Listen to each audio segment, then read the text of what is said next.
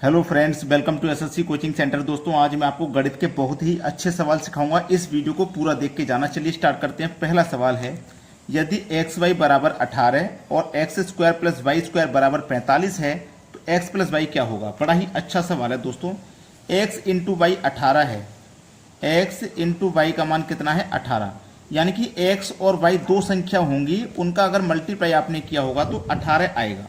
Simple है इतनी बात। फिर उसने बोला है कि x square plus y square का मान कितना है 45।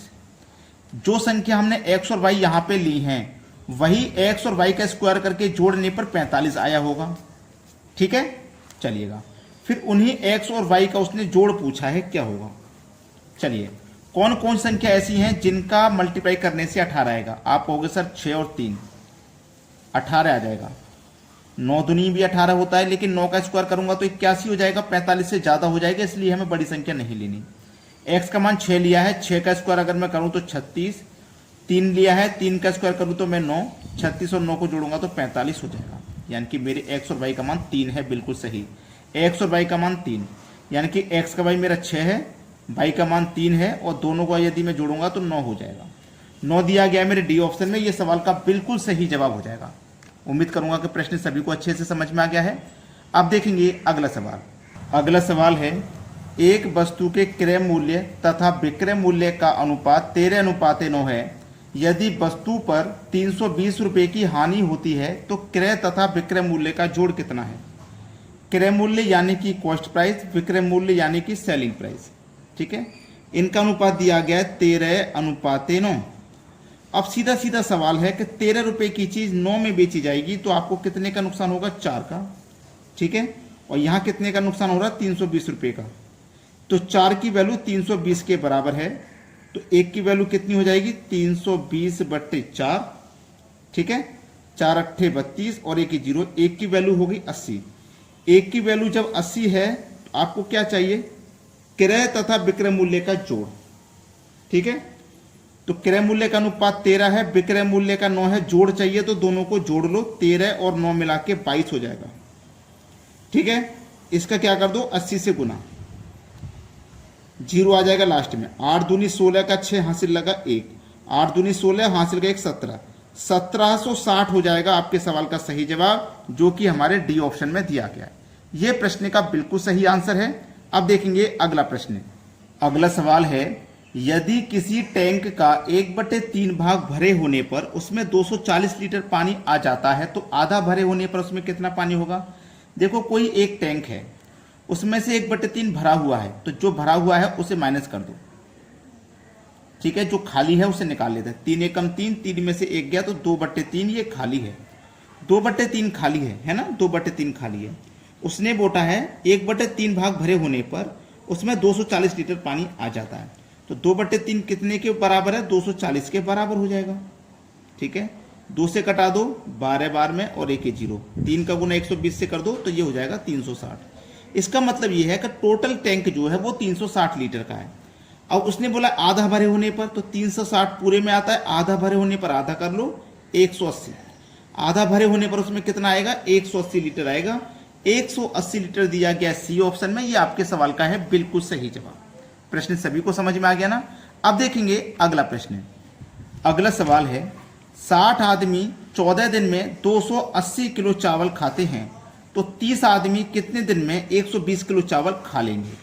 एक फॉर्मूला होता है टाइम एंड वर्क का, M1 D1 T1 पूरे का बटा W1 बराबर M2 D2 T2 पूरे का बटा W2। ये फॉर्मूला होता है। ठीक है, इस फॉर्मूले के अनुसार जो वैल्यू हमें दी गई है हम उससे लेते हैं।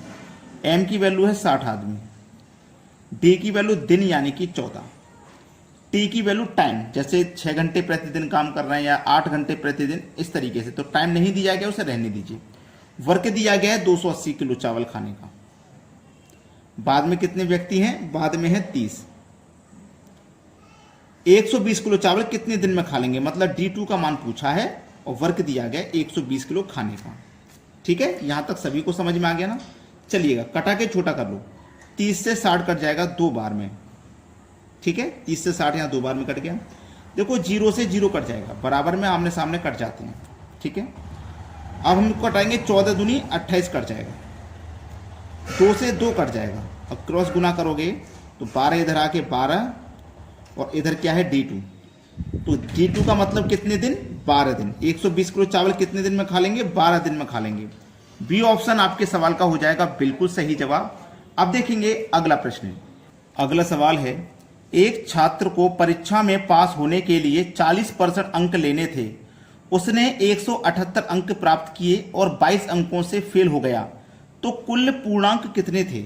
बहुत अच्छा सवाल। ऐसा सवाल कभी भी आए तो आपको क्या काम करना है? दोनों तरफ पास लिख लेना है। इस तरीके से दोनों तरफ पास लिखिए। ठीक है, पास होने के लिए कितने अंक चाहिए थे? 40%। लेकिन उसने कितने प्राप्त किए हैं? 178 अंक प्राप्त किए हैं और 22 अंक से फेल हो गया। अब पास बनाने के लिए हम इसको ये 22 अंक और दे दें जिससे ये फेल हुआ है। 22 अंक इसको और दे देंगे तो ये पास हो जाएगा, फेल नहीं होगा, है ना? तो इतना क्लियर हो गया आपको। तो इसका मतलब उसको पास के लिए कितने अंक चाहिए थे? 178 प्राप्त किए, 22 से फेल हो गया, 22 इसको और दे देंगे तो इसका मतलब इसको 200 अंक चाहिए थे पास होने के लिए। 200 चाहिए था, तो इसका मतलब ये क्लियर हो गया कि 40% की जो वैल्यू है ना वो 200 के बराबर है। 40 की वैल्यू 200 के बराबर, हमसे पूछा कुल पूर्णांक यानी कि 100% का मान बताना है। तो कैसे निकालेंगे? 200 में 40 से डिवाइड करेंगे। 100% का मान चाहिए तो 100 से मल्टीप्लाई। 0 से गया 0, 4 पंजे 20 और 5 का गुना 100 में कर दो 500। सवाल का आंसर आ गया 500। तो कुल पूर्णांक कितना था? 500 था। यह बिल्कुल सही आंसर हो जाएगा। अब देखेंगे अगला सवाल। अगला सवाल है, एक परीक्षा में कमल ने 40-70% अंक प्राप्त किए और 4 विषय में से 3 विषय में 81, 66, 61 अंक प्राप्त किए, तो चौथे विषय में उसे कितने अंक मिले? देखो अच्छा सवाल बता रहा हूं। 4 विषय है ना, एक विषय 100 अंक का, तो 4 विषय 400 अंक के हो गए। इतना क्लियर हो गया ना? अब इन चारों विषयों में से उसने 70% प्राप्त किए।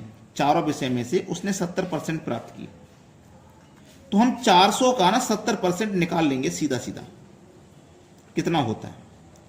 2 0 से 2 0 के 7 चौक 28, मतलब 280। उसने 280 प्राप्त किए। 3 विषय में दे रखा है 81 प्लस 66 प्लस 61, जोड़ेंगे ये हो जाएगा 208।